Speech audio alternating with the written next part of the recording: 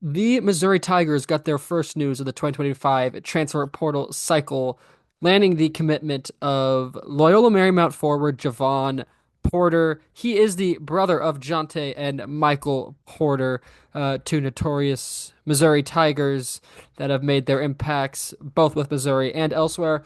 And Javon's next. He is a unique player. We're going to break him down here today and see what he's bringing to the table for Missouri. My name is Michael Stamps. Welcome here to Missouri Tigers on SI, covering basketball and football for you. Let's get right into this. 12.5 points, 7.2 rebounds, and 1.9 assists per game. For a 6'11 big man is an interesting stat line. He is a very good rebounder, very good passer. We'll get into that here in a little bit. 39.4% from the field, 31.6% from the three-point line. We'll get into that as well. And then 68.1% from the free throw line. So all good stats there. I'll also going to throw in the 1.9 turnovers per game. That's going to be important here in a second.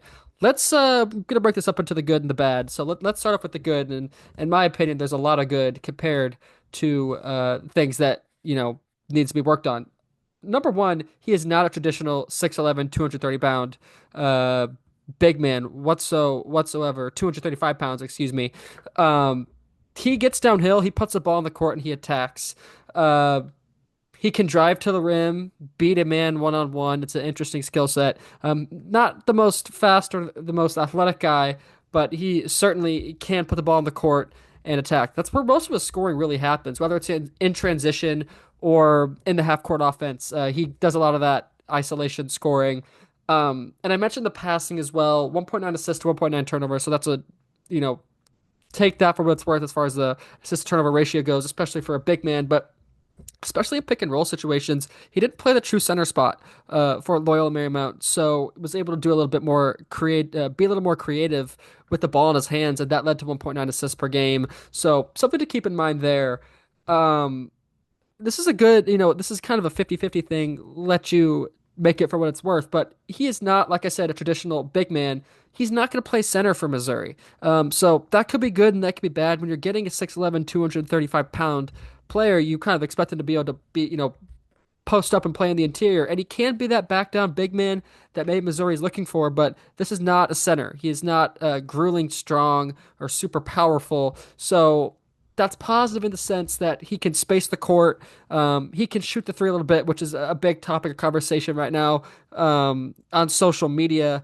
Um, Despite only having committed a couple hours ago. But he could shoot the three ball and he could get out and run the court and run the rim, which is really impressive as well. And when he is in the game playing that five, assuming he will if they're running double forward lineups with, Mark Mitchell and Porter or something like that, where there's two forwards or three forwards on the court, he's probably going to play the five position or the center position, but not a true center. Obviously, negatives of that. Um, not grillingly big, not super tall. Still a very good rebounder, though. Like I said, 7.2 rebounds per game, best of his career so far. So that's an important number to keep an eye on there. As is the shot blocking, 1.1 blocks per game. That's a career high. 3.8 block rate as well. Shout out to College Basketball Scouting on YouTube for that statistic. So some interesting defensive stats there. He doesn't have, like I said, the traditional traits of a back down post up big man, but he can block shots. He can rebound at a high rate. He can post up when he needs to, but the best part of his offensive game is when he's getting downhill. Things that uh, might be scaring some people off. Obviously, is that 3 point percentage, 31.6% from the perimeter. Shot 152 of them this year compared to 94 and 97 in his first 2 years in college. So percentage has dipped a little bit on the highest rate or highest volume he's been shooting them in his career. So you'd have to think once he jumps up to the Power 5 level, that number is bound to dip a little bit, but still something. It's good to have a player, I guess, that's not afraid to shoot the three, especially in a Dennis Gates offense.